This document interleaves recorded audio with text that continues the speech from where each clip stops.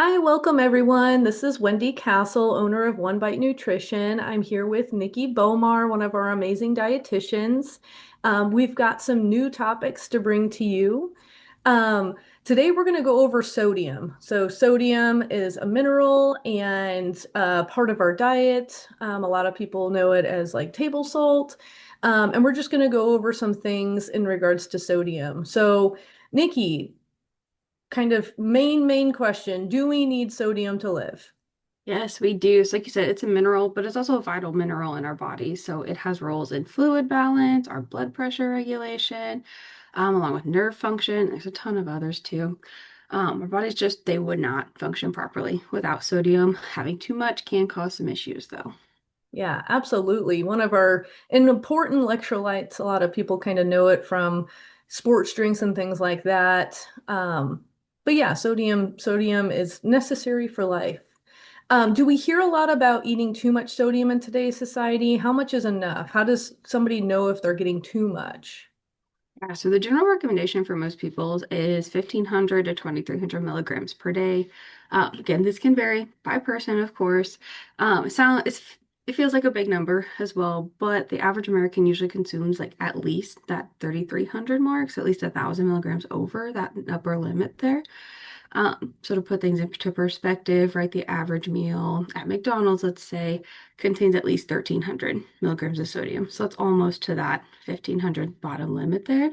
And then a teaspoon of table salt. So like you said, the salt that we are likely using at home, a teaspoon of that is going to contain that 2,300 milligrams. So right at that upper limit for physical visualization. Yeah, absolutely. And for portion size reasons, a lot of people, I think, underestimate portions. If you think of a teaspoon as like maybe the size of your thumbnail or the top part of your thumb, that's kind of a good indication of what a teaspoon would be. It's not very much. So likely if you're salting your foods in addition to the salt that's already in the foods you're consuming, you could potentially be getting too much.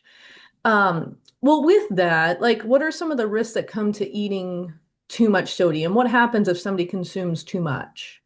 Yeah, so eating too much of that sodium does put you at risk for some of our nation's highest rated health issues, right? Heart failure, stroke, kidney disease. And these are often started smaller, right? Like, oh, I go to the doctor, my blood pressure is elevated, or I'm starting to retain water. The narrowing of those arteries through that plaque buildup. All of these little things, they then add up to those bigger things, those signs and symptoms of them. Yeah, absolutely. This is one of the many things that I talk to my patients about is where their sodium level is in their diet, particularly if they have different things like kidney disease, lymphedema, or just regular edema or swelling in their legs.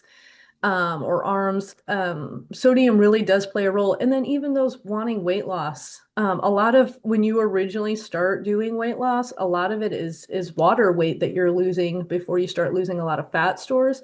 So paying attention to your sodium can really fluctuate your weight quite a bit each day if you're getting way too much. So where does sodium come from in our diets? It can definitely be a sneaky one. Like you said, I also talk to patients about this all the time because there are a lot of sneaky sources. We have the big ones, of course, like the salt shaker we've already talked about, those ultra processed foods, but it's more those hidden sources I want to note here. And the majority of them, of that sodium intake that we have each day, it comes from those products as we already buy them, not necessarily what we sprinkle on at the table. So prepared foods, packaged products, things like condiments, seasonings, both like the blends and the packets, deli meats, processed cheeses, and of course, there's a ton more that we could go on and on about this one. But they can have a really large portion for a large portion of our daily sodium for a small serving portion. And again, that's only assuming we only eat one portion of that item. Yeah, absolutely. And so sometimes when I'm talking to patients, choosing frozen over canned is a good idea, because they're going to put sodium in the canned vegetables and the frozen are just flash frozen. And if you do have cans like in your pantry and you want to use those up, or I mean, we eat canned vegetables too. We just always drain and rinse, to try to get some of that extra sodium off. Low sodium doesn't always, or lower sodium doesn't always mean a low sodium food. So don't be fooled by the labels on, particularly soups, things like that. So what about the flip side? Like we know too much sodium is not a good thing. What about like if you have too little? So it is very rare to consume too little sodium. Again, it's in so many of our products added in there. Again, so many sources that we can have, but it can happen that we consume too little. Again, this is a very important mineral when it comes to especially our electrolyte balance. It's usually the first area that we see it having an impact when we don't have enough of that sodium. Individuals would probably see things like, again, issues with our blood pressure regulation and that fluid balance, muscle soreness. But again, very rare. Most people don't need to worry about this. If I feel like a patient's at risk for this, we always have that conversation. Yeah, absolutely. Just a general rule of thumb, 1500 milligrams or less is considered like super low. So unless I don't know many doctors that would advise less than that, but if you're going lower than 1800, I would probably advise your dietitian or doctor kind of get their opinion so that they can look at the whole picture and see if that's actually warranted and going to be beneficial. Because lower isn't always better. You got to have that balance. So if you want to lower your sodium intake in your diet for health reasons, what are some first steps that people can take? So I always encourage patients, start slow, slowly decrease the amount that we add to our foods. That's really going to help our taste buds adjust better. Right, where our taste buds are used to this, higher level of sodium, we have to baby step it down, or you're probably really not going to have a good time with any of this. Again, learning to read those labels, that can go so far. Just simply knowing what is actually in the food that we're eating can help you be more aware of it. And usually patients can see a couple different ways that they can easily knock it down, that 1,000 milligrams that we talked about earlier in at the given day. Just looking at, okay, here's what I'm actually eating each day. What are some easy ways I can knock that down? Yeah, absolutely. And I just want to add a little tidbit about substitutes. A lot of salt substitutes use potassium chloride, and I'm not a huge fan of that. But getting too much potassium, another electrolyte, is not great for your heart. And so I'm not a huge fan of making that replacement. What I would recommend to patients is use spices and herbs. Those are naturally sodium free. Um, Now, if it's on the seasoning bottle that says seasoning, that usually means sodium added. But if it's garlic powder or onion powder or turmeric or anything like that, it's going to be sodium free. It's when you get those blends and it's called a seasoning that you'll sometimes see that sneaky salt pop in. But yeah, I typically don't recommend to patients to use a salt substitute because that's potassium chloride, not sodium chloride, and it can bring a whole nother slew of issues. So, any last minute thoughts, Nikki, on regards to low sodium? Like, what's your favorite low sodium meal product? Anything you'd like to share? Yeah, so again, just those blends, right? So we're talking about the seasoning blend. Again, salt or sugar is usually going to be one of the first ingredients in one of those.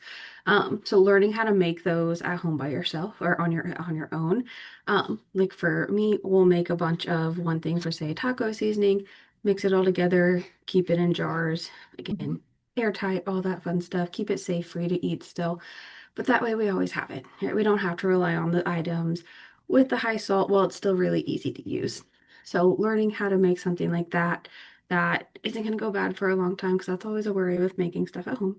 Um, but that you can rely on for still those same easy, simple, quick meals.